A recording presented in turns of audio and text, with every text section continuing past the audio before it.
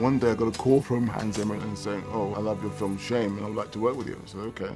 And I just put it in my back pocket.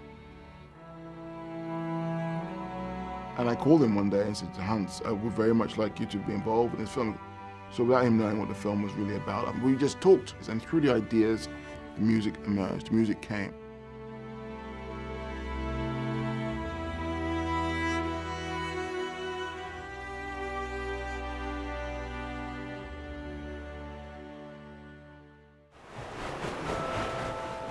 Days ago, I was with my family, in my home. Now you tell me all is lost. I was just daunted by the importance of the story, and I think it was important to keep the timelessness of the story alive.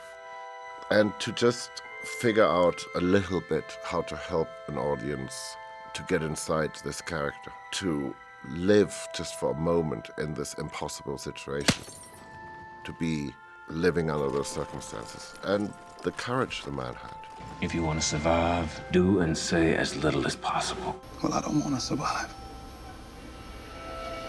I want to live.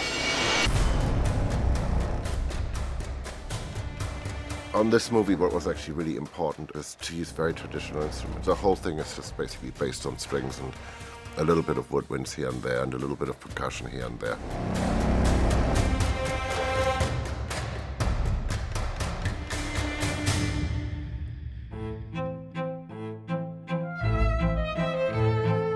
Solomon playing the strings wasn't really the important nature for me. If he had played the flute, I wouldn't have written a woodwind score. It just felt the strings were right. It's coincidental that he happens to be a great violinist. And actually, for me as a musician, listening to the pre-records they had done with the violin, and my violinist was commenting on it as well, is how well those things were played and how sophisticated they were.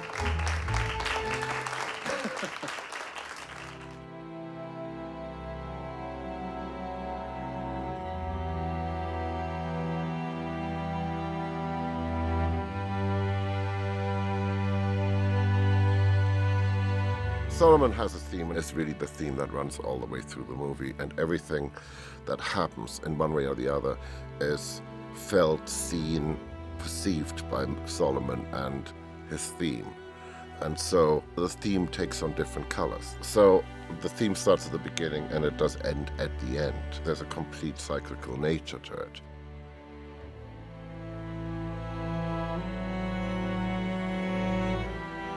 Steve speaks as a visual artist, and he knows how to set that language into motion. You're saying, imagine it's a paintbrush on a canvas, and just the way the paintbrush leaves the canvas, that's how that note should go. And you're forever talking to an artist, and I get that. And the most useful conversation, in a funny way, is the conversation where we don't use words, where I sit next to him and we play music, and I can feel what he's feeling.